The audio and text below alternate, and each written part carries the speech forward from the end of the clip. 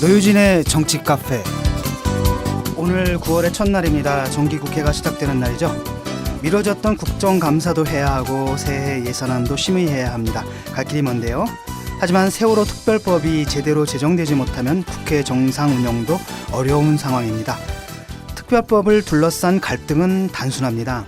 피해자가 가해자를 수사하고 기소하는 것은 있을 수 없다는 논리 하나로 새누리당이 버티고 있지만 이런 논리가 말장난에 불과하다는 인식이 이제 크게 확산되고 있습니다.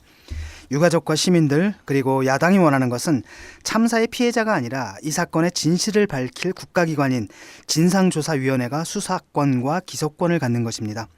저희 노유진은 대통령과 새누리당이 과연 얼마나 더 이런 말장난으로 여론을 호도하고 올바른 특별법 제정을 방해하는지 여러분과 함께 지켜보겠습니다. 14회 방송 시작하겠습니다. 오늘도 노회찬, 유시민 두 분 나오셨습니다. 안녕하세요. 네, 안녕. 네. 안녕하지 못하지만 별로 안녕하지 못해요. 예, 저 그 농성장에 가보셨습니까? 저는 가면 또 배후 불순세력으로 몰릴까봐 예. 지나만 갔습니다. 이거 과대망상 아니에요 혹시? 아니, 김모성 씨가 그 전에 저를 그랬습니까? 무슨 빨갱이라고 한 적, 이북에 왔다 갔다 한다고 한 적 있는 전력이 있어서 거기 갔다가는 또 국회에서 친북 좌익 불순 세력이 농성장 근처에 왔다 가고 있다는 사실을 법무장관 아십니까? 뭐 이렇게 될까봐. 노희철 의원께서는 예, 저는 뭐 첫날부터 이렇게 자주 여러 번 왔다 갔습니다. 네, 저는 이제 어제 일이 있어가지고 나갔다가 그 정의당 깃발이 보이길래 너무 반가워서 가가지고 단식에 참석은 못했지만 그 방명록에 서명만 하고 왔습니다. 그리고요, 오늘 오마이뉴스 이주연 기자와 함께하는 타임라인에서는 정기국회를 앞두고 특별법 관련한 여야 입장과 원전 관련 소식 들어보겠습니다. 그리고 카페 인터뷰에서는 광화문과 청와대 앞에서 열흘간 지도부와 국회의원단이 단식 농성을 진행했죠. 정의당의 천호선 대표 모시고 단식 중단에 대한 입장 그리고 앞으로 활동 계획 들어보겠습니다. 백분 토크에서는 세월호 이슈에 가려서 충분한 주목을 받지 못한 이슈가 있습니다. 하지만 추석을 앞두고 더욱 그 심각성이 커지고 있는 정부의 쌀 시장 완전 개방 정책 그리고 우리 농업, 농촌 문제 이야기 나눠보겠습니다. 그럼 타임라인부터 시작해 볼까요? 노유진의 타임라인. 오늘도 오마이뉴스의 이주연 기자 나오셨습니다. 안녕하세요. 안녕하세요. 예, 국회의원들은 안녕하신가요? 아마도 안녕하신 것 같습니다. 예, 정기국회가 오늘 시작됐지만 특별법 협상이 이제 그 이후의 일정을 모두 좌우할 것으로 보이는데요. 지난 한 주에 어떤 변화가 있었나요? 아무런 변화가 없었습니다. 예. 한 주가 흘렀지만 세월호 특별법은 타결되지 않고 있습니다. 세월호 유가족은 새누리당과 두 번 만나서 면담을 진행했지만 양측 모두 같은 입장만을 반복하고 있는 것으로 알려졌습니다. 새누리당은 새정치연합과 맺었던 재협의안을 받아들일 것을 주장했고요. 세월호 유가족은 진상조사위원회에 수사, 기소권을 부여하는 방안을 주장했습니다. 결국 평행선을 달린 양측은 오늘이죠. 1일 오후 다시 만나 논의를 진행할 예정입니다. 추석 전에 극적인 합의를 이룰 수 있을지 주목되고 있습니다. 그 이해가 안 가요. 이거 분명히 보면 새누리당 쪽에서는 입장 변화가 전혀 없거든요. 네, 그렇죠. 근데 왜 유가족은 또 만나는 거죠? 그게 지금 이해가 안 가요. 그러니까 쇼를 하는 거죠, 일종의. 대화를 하고 있다는. 그러니까 대화를 하러 나올 때는 뭔가 양보된 안을 갖고 나와야 되는 거 아니에요, 원래? 그래서 유가족들도 첫 번째 만났을 때는 이제 서로의 입장을 충분히 얘기를 했다. 그래서 우리도 이제 새누리당과 직접 얘기한 건 처음이니까 좀 이해의 폭이 넓어질 것이다라고 생각을 하고 2차 면담에 임했지만 여전히 같은 얘기를 반복을 하니 그 3차 면담에서 결론이 안 나면 4차, 5차 면담은 없다라고 선을 그었는데요. 예. 새누리당은 4차, 5차 면담 계속 있을 수 있으니 뭐 시간은 많지 않냐라는 입장입니다. 예. 결국 시간을 끌어가지고 사람 지치게 만드는 전략인 것 같기도 하고요. 아니 3차 면담 하기도 전에 4차, 5차 면담이 있을 그러니까. 수 있다라고 얘기하는 것은 네. 3차 면담에서 뭔가 해결을 하고자 하는 의지가 거의 없다라는 네, 얘기로 그렇게 들리는데. 크게 보이진 않고 있습니다. 예, 두 번의 협상 모두 유가족 측으로부터 반발을 샀던 새정치민주연합. 이분들이 사실은 어떤 중재역 같은 걸 좀 제대로 해야 되는데 제대로 못하는 것 같아요. 지금 이런 상황에서 또 대표성을 갖고 협상을 주도하기도 좀 힘들죠. 네, 그 세월호 유가족이 새누리당과 직접 협상을 벌임에 따라 새정치연합이 설 자리는 좁아지고 있습니다. 그 원래 세월호 유가족은 새누리당과의 협상이 끝난 후 새정치연합과의 면담도 따로 진행을 하기로 했었는데요. 두 차례 모두 더 이상 할 얘기가 없다라며 만남을 갖지 않기도 했습니다. 더군다나 새정치연합 내부에서는 현재 당이 진행하고 있는 강경투쟁에 대해 불만의 목소리를 가진 의원 수도 상당수 있어서 향후 강경투쟁을 접고 원내에서 싸우는 쪽으로 당에서 결정을 내릴 수도 있어 보입니다. 예, 그 두 가지 문제가 있는 것 같아요. 한편으로는 그 입장을 좀 바꾼 거잖아요. 애초에 좀 제대로 했으면 괜찮은데 그렇죠. 네. 그냥 협상을 덜컥 타결을 해놓고서 나중에 유가족이 반발하니까 또 입장을 확 뒤집었단 말이죠. 네네네. 그리고 또 하나는 이제 새정년 내부에서도 지금 뭐 반발의 목소리들이 나오고 있어요. 그러니까 당내 이렇게 교통 정리가 좀 안 되는 것 같습니다. 당 안팎으로 교통 정리가 안 되고 있죠. 예. 그러는 가운데 유민 아빠 김영호 씨가 지난 28일에 46일 만에 단식을 중단했죠. 네, 유민 아빠는 이제 더 오래 싸워야 될 것 같다라는 입장을 밝히시면서 일단 미음을 드시기 시작을 했고요. 예. 그날 이제 문재인 새정치연합 의원도 단식을 그만두었고 김영호 씨가 단식을 그만둔 그 다음 날 29일에 이제 정의당 대표와 의원단이 열흘째 이어가던 단식을 중단했습니다. 그러는 가운데서 이제 결정적인 역할을 하는 게 역시 국민들의 여론이 아닌가 싶습니다. 근데 특별법에 대한 국민 여론, 특히 그 수사권과 기소권 문제에 관한 국민의 여론은 아무래도 유가족 측과 의견을 함께 하고 있는 것으로 보여요. 네, 그렇습니다. KBS가 지난달 31일 발표한 여론조사에 따르면 진상조사위원회의 수사권과 기소권을 보장하는 것에 동의한다는 응답이 58.3%, 동의하지 않는다는 응답이 38.6%로 조사됐습니다. 또 여야의 재협의안에 대해 다시 협상해야 한다가 53.7%로 나왔고 재합의안대로 통과시켜야 한다가 41.6%로 나왔습니다. 결국 유족의 요구를 들어주라는 의견이 더 많았던 것인데요. 대통령이 세월호 유가족을 만나야 하느냐는 질문에는 60.6%가 만날 필요가 있다라고 답했습니다. 예, 항목을 하나 늘렸으면 좋겠습니다. 대통령이 그 뮤지컬을 볼 필요가 있느냐 뭐 이런 질문이 좀 들어갔으면. 볼 필요는 있습니다. 그렇습니다. 근데 이렇게 보는 게 아니고 제대로 봐야죠. 예. 그런가 하면은 이제 또 그 특별검사 후보자 추천권을 모두 야당에 넘기는 안에 대해서는 또 국민들의 의견이 좀 달라요. 네, 그 특별검사 후보자 추천권을 모두 야당에 넘기는 것에 동의하지 않는다는 답변은 54.5%, 동의한다는 답변 37.2%보다 많게 나타났습니다. 그리고 또 하나 빠진 것 같은데 이제 KBS에서는 이걸 헤드라인으로 뽑았더라고요. 그 등원 여론이 높다. 국민들 여론이 높다. 네네. 그거야 뭐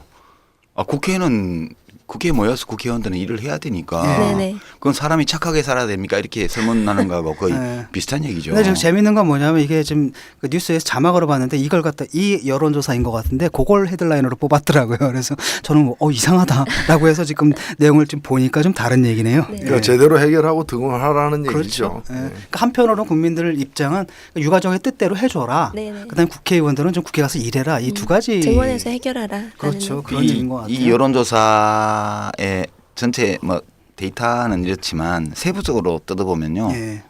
이제 새누리당이 상당히 성공적으로 정부 여당이 이 일종의 선전전을 네. 전개한 것으로 저는 봐요. 왜냐하면 사실 세월호 특별법을 어떤 식으로 내용을 만들어야 되고 뭐 세월호 사건의 책임이 누구한테 있고 뭘 조사해야 되고 이런 것들에 대해서는 큰 이견이 없는 상황임에도 불구하고 이 지난 대통령 선거 때 그 득표율 예. 이거하고 거의 비슷하게 구성이 돼 있어요. 그러니까 고령층은 8대 1로 압도적으로 정부 여당 편을 들고 있고요. 영남 압도적이고요. 그다음에 청년층은 압도적으로 또 야당 주장과 유가족들 주장에 손을 들어줬고요. 그리고 호남 지역 역시 압도적으로 이걸 해줬고요. 학력별로 봐도 그 세부 데이터를 보니까 거의 평소의 대한민국 정치 지형 그대로 지금 약간의 차이, 워낙 엄중한 사건이었기 때문에 이 유가족들의 아픔에 공감하는 분들이 많으셔서 생긴 편차, 그걸 제외하면 아주 새누리당이 성공적으로 이 진실 규명과 무관하게 이 이슈를 자기의 정치적 기반과 접목시키는 데 성공한 걸로 보여요. 진짜 대단해요. 못된 쪽으로. 그 벌써 저 국민들의 기억에 사라지는 게 아닌가 걱정스럽기도 하고요. 저 사실은 며칠 전에 또 꿈을 꿨거든요. 근데 제가 막 밑에 들어가가지고 빨리 나가라고 막 나가라 그러는데 애들이 안 나가는 거예요. 이러다 이제 깼던 것 같은 깼는데 뭐랄까 너무 좀 빨리 잊어버리는 게 아닌가. 그리고 너무 빨리 쉽게 말하면 정치적 이슈가 돼버린 게 아닌가. 사실은 이게 정치의 문제가 아닌데 참 상식이라는 게 이렇게 이데올로기 쪽으로 이렇게 들어가 버리면 이제 정치 공작, 여론 조작 뭐 이렇게 돼가지고 뭐 본질은 사라져 버리고 뭐 이상한 방향으로 가는 것 같습니다. 그 다음에 또 유가족에 대한 음해라든지 그쵸. 뭐 이런 것들 나오는 거 보면 아 정말 이런 나라에 살아야 되는가라는 자괴심까지도 많이 듭니다. 예, 뭐 계속 몇 주째 지금 진척이 없잖아요. 네, 우리가 네. 그 뉴스 브리핑을 하면서도 한치도 더 나아가지 못한 이런 뉴스를 계속 들려드려서 죄송한데요. 다음 소식으로 넘어가죠. 원전 관련 소식 준비해 오셨죠? 네, 강원도 삼척시가 원전 유치 신청 철회를 묻는 주민투표를 실시하기로 결정했습니다. 그 몇 년 전 삼척시는 원전 유치를 신청했지만 지금 새로 삼척시장이 된 김향우 시장이 원전 철회를 공약으로 지난 지방선거에 당선됐었는데요. 지난달 26일 주민투표안이 시의회에서 통과된 상태입니다. 김 시장은 안전성을 이유로 원전 철회를 요구하고 있습니다. 그래서 강원도 내에서 여론조사를 한 결과도 원전 반대 여론이 78%로 조사되고 있습니다. 이에 대해 중앙정부는 원전은 국가사무인의 주민투표 대상이 아니라는 입장을 밝혔습니다. 삼척선관위는 오늘 주민투표 시행 여부를 결정하기로 했는데요. 삼척시는 선관위가 주민투표를 수용하지 않아도 민간 주도라도 주민투표를 하겠다는 입장입니다. 삼척에서는 과거에도 원전을 백지화한 사례가 있었습니다. 1990년대 정부는 삼척을 원전 예정 구역으로 지정했는데요. 당시 시민들이 대규모 시위를 통해 전면 백지화를 이끌어낸 바 있습니다. 이게 어떻게 되나요? 법적으로 이게 주민투표가 유효한가요? 법적으로?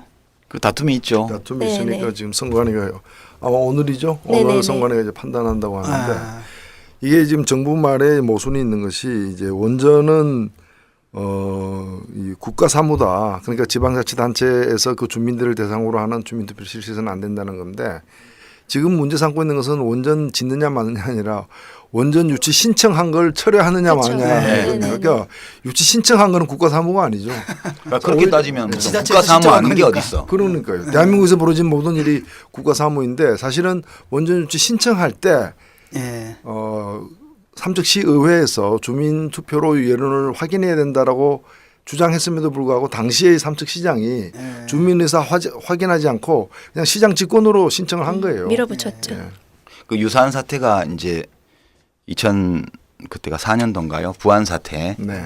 그 핵폐기물 중저준위 핵폐기물 처리장을 부안에 짓는 문제를 가지고 그 당시 부안 군수가 이제 유치 신청을 했고 그리고 이제 그 문제가 이웃 시군에도 영향이 있는 문제인데 이웃 시군과 협의도 안 했고 노무현 대통령이 이제 보고를 잘못 받으셔가지고 뭐 다 절차 지켜준 줄 알고 전화해서 고맙다고 얘기하고 이랬다가 큰 사단이 났잖아요.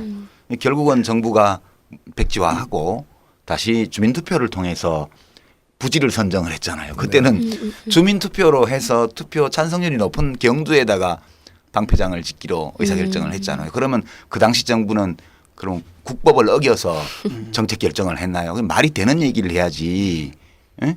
그리고 일단은 예. 주민 투표를 통해 가지고 주민들의 의사가 확인되면은 그 철회를 하게 되고 그럼 중앙 정부로서도 개입할 이제 명분이나 뭐 법적 근거는 없어지는 거죠 전혀. 아니죠. 그냥 하겠다는 거죠 지금 네. 정부는 상관없이. 아니 그 주민투표를 신청이라는 법적으로 게 유효하다고 인정하지 않으려고 하는 거죠. 신청 자체를 처리하고 신청 자체를 처리하느냐 마느냐의 문제가 주민투표에서 주민투표에 의해서 영향받지 않는다는 거예요. 어떤 결과가 나와도 자기들은 하겠다는 거예요. 그 얘기가 그렇습니다. 국가 사무라는 얘기잖아요. 네네. 그러니까 이런 거죠. 뭐 남녀간에 약혼했다가 생각이 달라져거나 당신하고 결혼하지 않겠다 이러니까 너 약혼했지 않느냐, 결혼을 약속하지 않았느냐, 그러니까 결혼해야 된다. 이거. 근데 약혼을 당사자가 한 게 아니고 그 할아버지가 한 거야. 예, 그렇죠. 그 약혼조차도 본인의 뜻에 의해서 한 게 아닌 거죠. 본인 의사를 물어본 적이 없어요. 할아버지가 한 거야. 가서 이웃집 할아버지 만나서 막걸리 한 잔 먹다가 뭐 좋은 거 대접한다 그러니까 그럼 우리 손녀하고 당신 손자하고 어떻게 하지. 이런 거 비슷한 거예요. 아니 그 뭔데 자기. 약혼 빙자 결혼이지. 그것도 잘못된 약혼. 예. 약혼. 아니 그리고 지금 좀 눈을 열고 귀를 열고 좀 보자고요. 지금 전 세계적으로 어떤 일이 벌어지고 있는지. 스코틀랜드는 지금 영국 영연방 스코틀랜드는 지금 분리 독립에 대한 주민 투표를 하잖아요. 그러니까 자기가 속해 있는 국가의 한 지역이 떨어져 나올 건지 말 건지조차도 주민 투표로 결정하는 게 시대의 대세고 이게 자유민주주의의 기본 원리 아니겠어요? 근데 이런 정책 문제를 가지고 주민투표를 한다는데 그걸 하지 마라 그러고 해봤자 소용없다 그러고 결과가 어떻게 나와도 우리 신경 안 쓴다고 그러니 이거 진짜 21세기의 천연기념물 정권이야. 여기서도 좀 큰 사단이 날 것 보호할 같은데. 가치가 없는 거죠. 근데. 어쨌든 그 정부의 원전 확대 정책에 이제 큰 분수령이 들 만한 건수인 것 같긴 한데요. 네. 그 주민들이 더욱 민감할 수밖에 없는 게 얼마 전에 부산 지역 폭우 때 고리 원전 2호기가 멈추지 않았습니까? 150mm 왔다고. 예, 150mm 그렇습니다. 왔다고. 그러니까 사고라는 게 사실은 우리가 예상하고 대비를 하는데 문제는 뭐냐면 사고는 전혀 예상하지 않은 데서 나버린다는 그렇지. 거죠. 그때만 해도 뭐 쓰나미가 온다, 방벽 높이자 그러는데 폭우. 이건 지난번에 생각지도 김익중 못한 거죠. 교수님이 지금까지 큰 원전 사고 난 데들이 핵발전소 사고 난 데들이 원인이 다 달랐다고 그랬잖아요. 예. 예. 그러니까 이제 우리가 기존에 발생한 원인들을 방지한다 그래서 막아지는 예방한다 게 그래서 이게 막아질 문제는 일본 아닌 것 같은 경우에는 그 쓰나미 피해가 당한 게 굉장한 그 이 예산을 들여가지고 이 재난에 대비한 이제 그 원전 지키기 그 방책을 갖다 했대요. 했는데 그때 육지에서 벌어지는 걸 중심으로 했지 쓰나미는 예상 못했다는 거예요. 내진 근데- 설계는 확실히 예. 했지만 근데 이번에 쓰나미가 일본 쓰나미 발생하니까 이번에 쓰나미 대비했는데. 쓰나미만 대비한 거예요. 이 뒤에서 치는 건 전혀 대비를 못한 거예요. 예. 그 하늘에서 떨어지는 물에 대해서는 예. 그런데 그 수력 원자력 측에서는 그 해명을 참 재밌게 했어요. 네. 그 원래는 배수 펌프 등의 주요 장비가 비로 인해 고장 났기 때문에 예. 가동을 멈춘 거였는데 원자력 측은 사고 방지를 위해 가동을 이게 멈췄다라고 참 거짓말을 거짓말도 했습니다. 아니고 안 거짓말인 것도 아니 아니고 거짓말은 애매모호해요. 나 거짓말은 어. 이 사실이 밝혀지면 네네. 이 거짓말 한쪽이 야단을 맞고 이렇게 하지만 완전히 엉터리 사고 방식을 하는 사람은 이 뭐 고쳐줄 수도 없고 그래요. 집권당 대표라는 분이 이름이 누군지는 말 안 할게요. 너무 창피해서 이 자기가 그 지역구 바로 근처 아니에요 이게. 네네. 그 가봤는데 그 무슨 정전만 된 거지 노심에는 아무 문제가 없다. 그 안전하다 아무 문제 없다 이렇게 얘기를 했어요. 그랬더니 야 이인재 씨 정말 살아있네. 그 최고위원단 회의에서 원전 사고란 그런 게 아니다 탁 얘기하면서 정말 김익중 교수님이 하신 말씀을 거의 압축한 것 같은 그런 훌륭한 논리를 펴면서 안전점검을 확실히 해야 되고 안전하지 않다 안전하다는 보장이 없다 이 얘기를 그 했는데 지금 내한테 덤비는 거야 이런 식으로 화를 벌컥 냈다는 거 아니에요 그 여당 대표가 많이 컸네. 많이 컸어 정말. 근데 나는 이걸 보면서 다시 이인재 국회의원의 그 40대 때의 이 젊었을 때의 모습, 이 노동위원회에서 할 때 활동하고 광주특위 청문회 청문위원 할 때 그리고 노동부 장관 하면서 고용보험 그때 막 경총 이런 데서 빨갱이라 그러고 이럴 때 굴하지 않고 50인 이상 사업장에 밀어붙일 때 그때의 이인재 씨의 모습이 생각나면서 아련한 추억에 젖었어요. 잠시. 예, 살아있네 정말. 근데 걱정이 되는 거는 나라 운영을 책임지고 있는 집권당의 대표가 초딩 수준도 안 되는 그런 식의 인식을 가지고 원전 문제를 보고 있다는 게 정말 믿겨지지를 않아요. 근데 그 사람이 대선 후보 지지율 1등이더라고. 나 진짜 웃겨. 그 삼척 선관위에서 오늘 결정하나요? 그러니까 네네. 오늘 결정. 우리 방송 나갈 때는 결정 나왔겠네. 결정이 나왔겠네. 내기합시다 500원. 선관위에서 뭐라고 할까나. 하지 말라고 할 것 같아. 네, 않을 하지 거고요. 말라고 할 가능성이 예, 매우 예. 높습니다. 그래서 지금 삼척시가 예. 그렇더라도 그러면 선관위가 이제 이 주관하지 않은 다른 민간 주도 방식으로 또 하겠다. 뭐 주민의 뜻이 확인되면 되는 거니까요. 신조어가 나오게 생겼어. 아니, 근데- 투표 투쟁. 그 법적으로 어떻게 되나요? 그런 유치 신청을 했다가 철회할 수 있는 법적 근거가 없나? 있나? 시장이 처리하면 되죠. 그렇죠. 근데 시장은 지금 처리하려고 하는 거 네네. 아니에요. 근데 뭐가 문제예요? 그전 시장이 처리를 해요. 근데 시장이 아니니까 그 처리할 전 수가 없네. 시장이요? 그러니까 아니죠. 그전 시장이죠. 그 예. 전 시장이구나. 이게 같은 시장이에요. 같은 지금. 시장이 아니에요. 같은 시장이 그전 아니에요. 시장이- 지금 현 시장은 처음부터 이거 반대한 사람. 그러니까 그전 시장이 신청하는 거니까 현 시장이 철회 못해. 그렇게 약혼 당사자가 철회 파원해야지 그 동생이 철회하는 게 어디서 이렇게 나올 거라고. 정부가요. 예, 정부가요. 네네, 그렇죠. 정말 신묘한 정부야. 아니 이것은 사실은 굉장히 큰 문제가 되는 것이 주민투표 하느냐 마느냐가 아니라 이걸 이렇게 주민투표 못하게 하면은 그럼 주민들이 주민투표 방법은 안 되는구나. 그럼 우리가 포기해야지 이렇게 되지 않는다는 거죠. 이제 머리띠 메고 들어눕는 우리 거지. 싸우는 거죠. 예. 그러니까 이 정부가 지금 이제 싸움을 부추기고 있는 거예요. 한번 싸워보자. 지금 뭐 해외 파병만 해도 국내 파병도 하겠다 뭐 지금 그런 얘기. 근데 자식 잃은 사람들도 못 이기는데 박근혜 대통령을 삼척 주민들이 이길 수 있을까? 아직 뭐 근데 싸움이 안 끝났으니까 뭐. 그 뭐 참 또 여러 사람 또 들어가고 또 들어먹고 또 실려가고 뭐 이러지 않을까 싶기도 또 뭐 하고. 이번엔 오페라 보러 갈지 모르겠네. 예, 오늘 이주영 기자 뭐 그밖에 다른 소식 있나요? 없습니다. 예, 수고하셨습니다. 네, 수고하셨습니다. 네. 노유진의 카페 인터뷰. 안녕하십니까. 카페 인터뷰 두 번째 시간입니다. 오늘은 정의당 천호선 대표와 얘기를 나누겠습니다. 오늘 이 스튜디오에 나와 계십니다. 지난 열흘 동안 의원단 그리고 또 정의당 지도부 전원이 열흘간 단식 농성을 진행한 바 있습니다. 반갑습니다. 천 대표님. 예, 반갑습니다. 네, 고생 많으셨습니다. 예, 뭐 큰 고생이라고 생각하지는 않습니다. 열흘 정도는. 열흘 단식하셨는데 단식 끝나고 지금 며칠 지난 거죠? 오늘 이제 이번 점심 때가 딱 만 3일 됩니다. 그럼 예. 뭘 들고 계십니까? 미음 먹고 있습니다. 아, 그러면 제대로 된 밥은 언제부터 드실 수 있나요? 추석 음식을 먹을 것을 포기해야 될 것 같습니다. 열흘 이상 해야 된다고 그래서 아, 추석 음식이 워낙 또 기름지기도 해서 지금 가장 고통스러운 예측이 추석 음식을 눈으로만 보고 냄새만 맡고 있어야 된다는 것입니다. 네, 추석이 와도 추석이 아닌 분들이 많이 계십니다.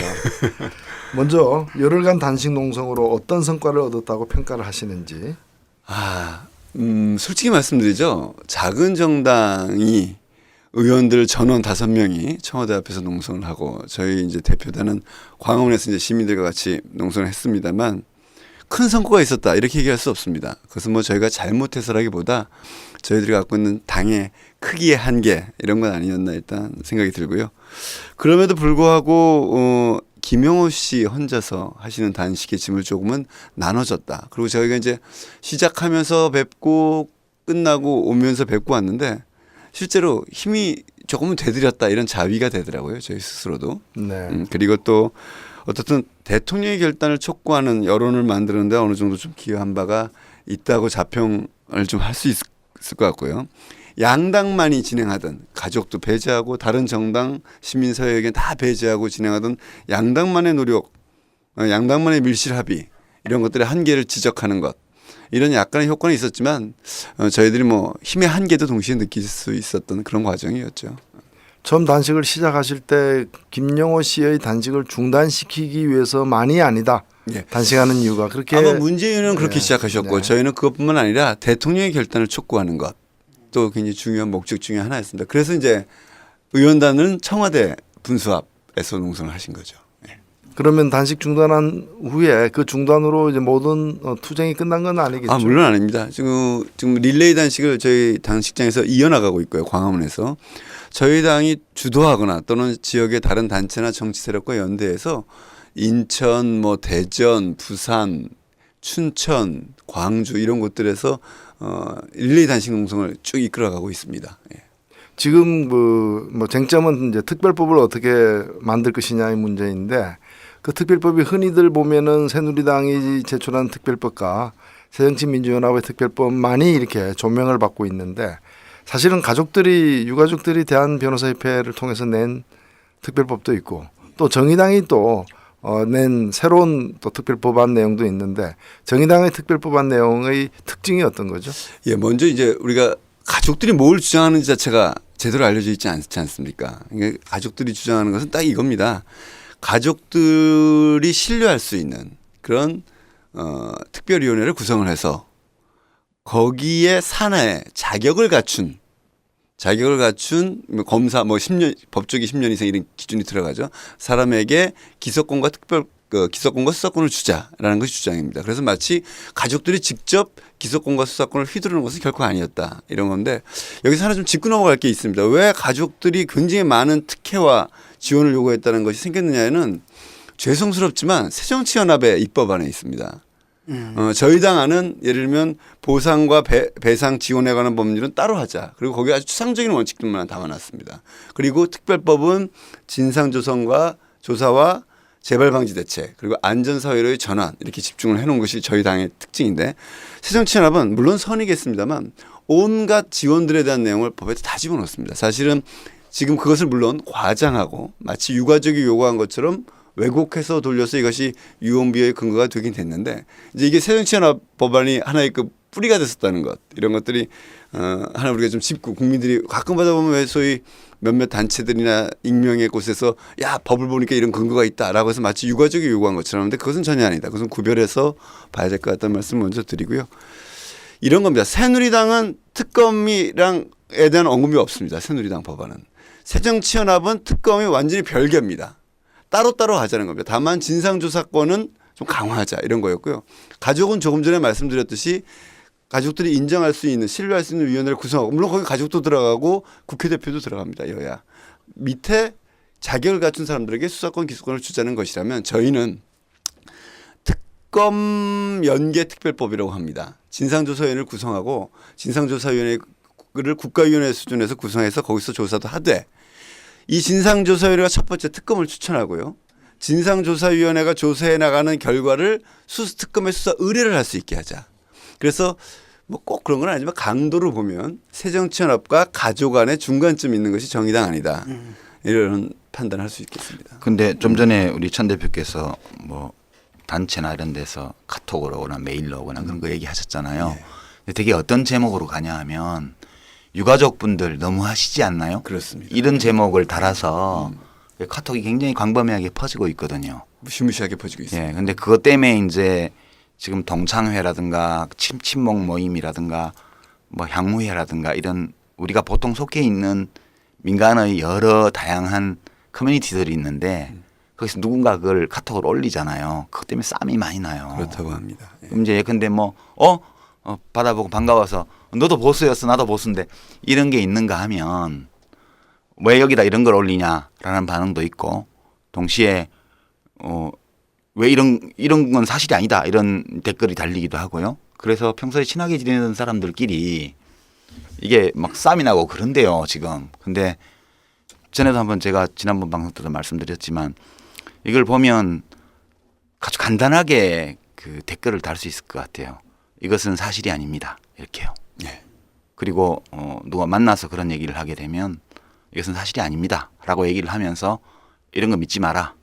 그리고 이것은 상당 부분 민주당의 아니 새정치연합의 안에 이렇게 말할 수 있는 소지가 있긴 하지만 그걸 왜곡 과장한 거고 유가족들이나 시민사회 쪽의 요구는 이것과 전혀 관계없다. 이런 얘기들을 정확하게 그냥 감정적으로만 반응하지 말고요. 밴드나 카톡이나 이런 데 올라오면 차분하게 이렇게 정확한 정보를 제공하려는 시민들의 노력. 이게 굉장히 필요한 제가 에피소드가 하나 있습니다. 제가 농성 중인데 어떤 한 이른 중반쯤 되면 우리 느낌에는 교사를 그만두신 것 같은 그런 이미지의 풍모를 가지신 분이 어르신이 한 분 찾아오셨어요. 쭉 돌아보니까 그곳에 얼굴을 알만한 사람은 저뿐이고 문재인 의원은 안 보이고 그러면 제가 거기 민원 창구였습니다. 광화문에. 얼굴 아는 사람은 저니까 뭐 온갖 항의, 문제제기, 조언. 그런데 오시더니 이분이 살면서 처음 딸과 언쟁을 했다는 겁니다. 이런 카톡이 당신이 보는 카톡에도 들어왔다는 거예요. 그런 용어에서 이게 사실이냐 물었더니 딸이 아버지 그걸 믿느냐 말도 안 된다. 그거 사실인 것 같은데 그래서 막 언쟁을 해서 딸이 그럼 광화문에 가서 직접 물어보고 오시라. 그래서 찾아오신 거예요. 대단하시다. 네. 찾아오셔서 저한테 그걸 복사해온 걸 보여주시면서 이걸 보고 이게 사실이냐. 그래서 제가 이러저러한 설명을 아주 설득력 있게 드렸습니다. 그랬더니 알겠다. 그러더니 다음날 또 오셨어요. 왜 오셨나 했더니 그렇게 봤는데 이게 사실이 아니더라. 잘못 알고 있었던 어느 고향 시민. 이렇게 해서 스스로 복사지로 홍보물을 만들어서 주로 경로당이나 아시는 분을 통해서 뿌리시는 거예요, 직접. 제가 그걸 트위터에 올렸더니 박수 한번 쳐야 돼요. 아, 예, 박수 한번 쳐주시죠. 박수 한번 쳐야 돼요. 제가 그걸 트위터에 올렸더니 그게 트위터가 저는 뭐 여기 파워 트위터리안들이시지만 저는 6만 7만 채 안 되는데 3,500RT가 나왔습니다. 어마어마한 거네. 네, 3,500이면. 저는 이제 거기다 글씨가 글 쓸 수 있는 숫자가 적어서 그런데 바로 이런 실천을 모든 사람이 한다면 가능하겠다. 정말 그거 진짜 중요한 거 같아요. 굉장히 인상적. 그리고 평소에 무슨 정치 집회 나오시는 분의 느낌도 아니었어요. 정말 진지하게 고민하다가 와서 묻고 그렇게 하시더라고요. 예. 제가 오늘 뭐 고등학교 동창생으로부터 받은 카톡 내용인데요. 그게 바로 그런 예. 모범이에요. 거의 똑같아요. 22가지 이 특별한 지원을 요청하고 있다.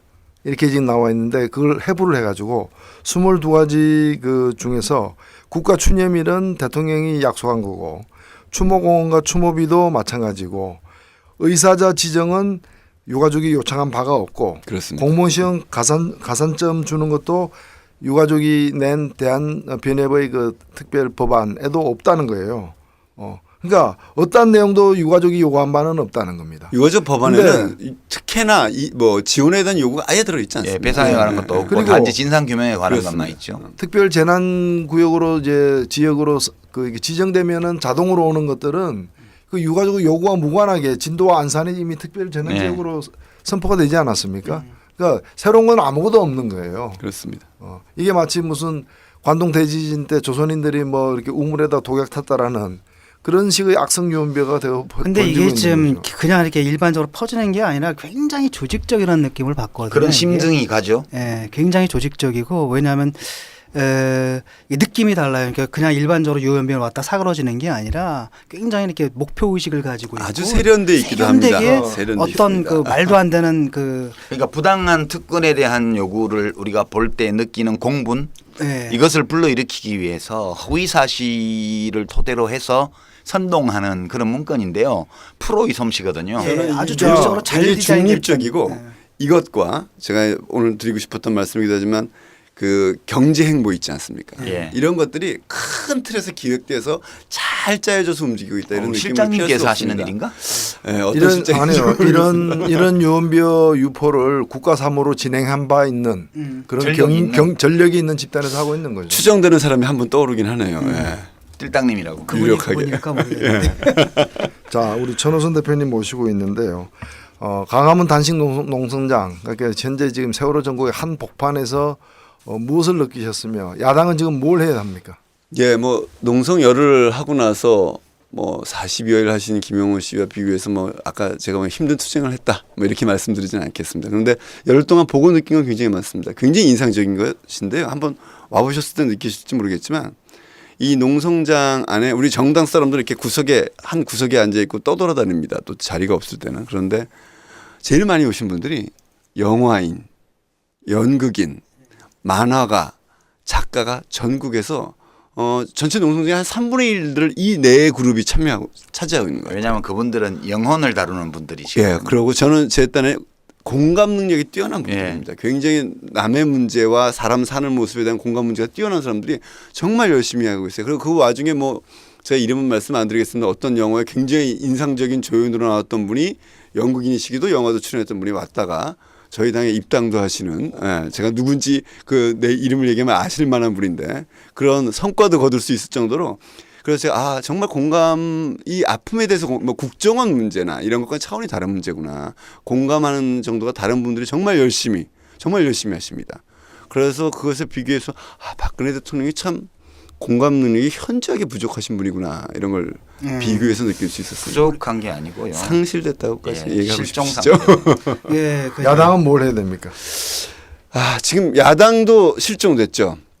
저는 이 전체적인 상황, 세월호 상황을 이끌어나가는데 뭐 주연은 어떤 실장님이신지 누구신지 모르겠지만 아주 종합적이고 계획적으로 잘 기획된 프로그램들을 운영하고 있다고 보는데 결국엔 이것의 효과를 증폭시켜준 역할을 제1야당이 한 셈이다. 결과적인 조연, 의도하지 않았겠지만 저는 뭐 선이라고 봅니다. 그러니까 악용 소지가 많은 법안을 낸 거. 네. 그것도 잘못됐습니다. 두 차례나 덜컥덜컥 여야 입장을, 합의를 해준 거. 네. 이런 것들이 문제죠. 그렇습니다. 예, 그 앞에 제가 입법안서부터 입법 전략부터 잘못되었다. 제가 이걸 오늘 지적하고 싶었던 대목이고 그것이 지금 하나의 뿌리가 됐고요. 뭐 그 과정에서의 뭐 협상 과정은 여러분들 다 잘 아시는 거고 지금도 애매합니다. 제가 보기엔 이도 저도 아닌 면피용 활동을 하고 있는 수준인데 물론 저 고충을 이해합니다. 이제 완전히 뭐 무대에서 사라진 것이죠. 이제 오늘 이제 면담을 하게 될 텐데 면담이라고 해야 될까요? 협의라고 해야 하나요? 저는 이제 가족과 이 방송이 나가면 결과가 나와 있을 텐데 이 결과에 따라 이제 다시 좀 호흡을 가다듬어야 된다. 만약에 좋은 결과가 나오면 우리가 흔쾌하게 모든 국민이 즐겁게 추석을 맞을 수 있는 것이고 만약에 그렇지 않다면 이 싸움은 추석 이후로 굉장히 길어지는 것이다. 그럴 때 야당이 전체적으로 좀 뭐 저희 정의당도 마찬가지입니다. 전열을 재정비해야 되지 않은가 그렇게 생각하고 있습니다. 저희 출판사 하는 분인데 저랑 잘 아는 분인데 거기 나갔대요. 그냥 혼자서 암으로. 그래서 뭐 했냐 그랬더니 그냥 앉아 있었대요. 그런 분이 굉장히 많습니다. 제가 또 하나 말씀드리면 아까 공감을 많이 하는 직업군들이 오셨다고 그랬지만 아주 낯선데 우리가 이제 보면 알잖아요. 저 여성은 젊은 여성이 혼자 와요. 또는 친구랑 둘이서 와요. 우리가 봐도 무슨 시민단체에 포함되어 있을 것 같아 보이지 않는 당원일 것 같지도 않은 분들이 혼자 와서 조용히 등록을 하고 아침에 앞에다가 이렇게 단식 며칠째 붙이지 않습니까? 붙이고 혼자 앉아서 책을 읽다가 합니다. 그런 사람을 굉장히 많이 봤고요. 또 두 번째는 이런 거 하면 보통 이제 엄마 아빠가 어린 아이들을 아들이나 딸을 데리고 오는 경우는 있는데 굉장히 놀라운 게 40대 중반의 아버지들이 중고생 남자 아들들이랑 같이 와요. 그걸 여러 번 목격했어요. 그래서 이건 뭔가 좀 여지껏 우리가 국민들이 마음을 모았던 그런 것과는 좀 다르구나. 참여하는 이유, 참여하는 방식 이런 것도 다르구나. 이런 걸 우리 김무성 대표나 와서 보셔야 배우 조정 이런 얘기하는 게 얼마나 자기가 부끄럽고 잘못된 얘기였는지만 배우가 느끼실 수 있을 있지. 것 같습니다. 배우는 있어요. 그걸 없다고 할 수 없죠. 저 푸른 기와집에 배우가 있지. 예. 예. 보면 시민들 마음은 딱 두 가지인 것 같아요. 문제 해결에 조금이라도 내가 도움이 될 수 있다면 이게 도움이 될 수 있는지 없는지는 알 수 없지만 나오고 또 하나는 뭐냐면 미안한 거예요, 그냥. 맞습니다. 그냥 와가지고 내가 조금 고통스러움으로써 그 유가족들의 고통에 조금 뭐랄까 동참한다고 해야 될까? 그러면서 그 미안함을 좀 덜어내겠다 이런 마음인 것 같아요. 자기 미안함을 드러내는 것도 있지만 그걸 통해서 유가족들이 느끼는 고통이 좀 줄어들기를 바라는 마음. 맞습니다. 예. 나눠 갖기를 예. 바라는 마음입니다. 미안함. 그런 것들이 있었던 것 같습니다. 네, 프란치스코 교황께서 그 한국을 방문했다 돌아가는 비행기 안에서 그 기자들이 묻는 질문에 답을 하면서 세월호 사건과 관련해서 교황이 일종의 그 갈등이 있는 사회적 의지에 대해서 너무 한쪽 편 얘기를 한 것 아니냐라는 질문에 대해서 중립을 지킬 수는 없다. 이 사안에 대해서는 중립을 지켜서 안 된다고 자신은 판단했다라는 거거든요. 근데 지금 우리 사회 일각에서는 아직도 어떤 분들이 뭐 중립을 지켜야 한다. 혹은 유가족들이 뭐 자제해야 된다. 양보해야 된다. 그러니까 되도록이면 진실 규명하지 말자. 뭐 되도록이면은 제대로 된 재발 방지 대책을 세우지 말자라는 얘기로 사실 들릴 수밖에 없는 얘기도 하고 있는 마당이긴 하죠. 저는 그 지금 천주교 신부님들이 단식 농성을 하고 계신데 바로 그 말을 현수막에 걸어놓고 하고 계십니다. 근데 지금 저는 이 지금 국가가 또는 각가다 지금 그런 말씀을 하신 사회 지도층 분들이 이것을 민사 분쟁 정도로 보는 것 같아요. 예, 이건 민사 문제가 아니거든요. 국가가 적어도 큰 책임, 원인과 구조에 큰 책임이 있는 일이라면 국가가 이 문제를 해결하는 게 정의라고 생각하고 저는 오늘 아침에 저희 뭐 회의에서 그런 얘기를 했습니다만 박근혜 대통령이 정말 개조란 표현을 썼잖아요. 개조란 표현 우리 굉장히 싫어하잖아요.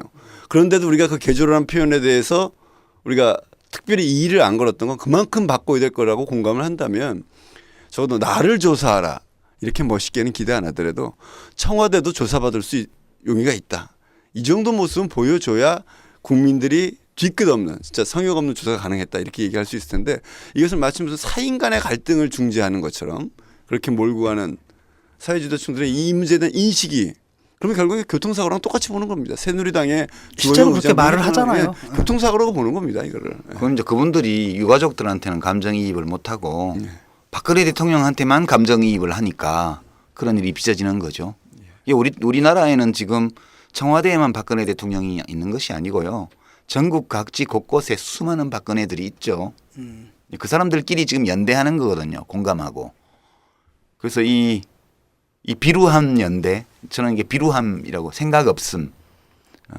이 연대에 맞서서 마음이 따뜻한 사람들이 손잡아 나가는 연대 이런 것들이 더 크고 넓게 될 때 사람이 안 바뀌겠지만 어쩔 수 없이라도 받아들이는 것이 가능하지 않을까 뭐 그런 생각 좀 해봅니다. 네. 정의의 연대가 끝내 이길 것을 우리는 기대하면서 전호선 대표님 오늘 이 자리에서 그 우리 정치자들 그리고 국민들께 다가오는 추석과 관련해서 인사 말씀. 바로 저번에 아마 정태인 교수님 오셨을 때 경제가 심리냐 아니냐 뭐 이런 얘기가 있었지 않습니까? 저는 경제가 심리다라는 최경환 부총리가 뭐 틀린 말은 아니라고 생각합니다. 그런데 어떤 게 심리냐? 지금 만약에 세월호 특별법이 해결되지 않거나 상당히 많은 국민, 뭐 어저께 KBS 여론조사 얘기도 했습니다만 이 공감할 수 없는 매우 찝찝하고 미안한 불편한 이런 세월호 특별법이 통과되면 경제 심리 살아나겠느냐 저는 그렇게 생각하지 않습니다. 이번 추석 앞두고 뭐 여권 지지하는 분들도 그런 게 있잖아요. 새누리당이 타협해주면 새누리당 욕하지 않지 않습니까? 아주 극소수 지만원 씨 이런 부분들은 되게 하기 때문에 만약에 진짜 국민이 동의하고 가족이 동의하는 그런 세월호 특별법 된다면 그야말로 정말 모든 국민이 미안함도 있고 이제 국가가 좀 더 진상이 제대로 밝혀지겠지. 국가가 좀 더 안전해지겠지. 이런 기대를 가지고 편안하게 추석을 맞게 될 것이다. 정말 경제 심리가 좋아질 것이다. 이렇게 생각합니다. 그래서 아직 가능성이 높지 않지만 그런 따뜻한 추석, 우리 국민들이 다시 일상으로 돌아갈 수 있는 추석을 맞이하기를 함께 기원합니다. 예. 네, 감사합니다. 예, 감사합니다. 수고하셨습니다. 네, 정의당 천호선 대표였습니다.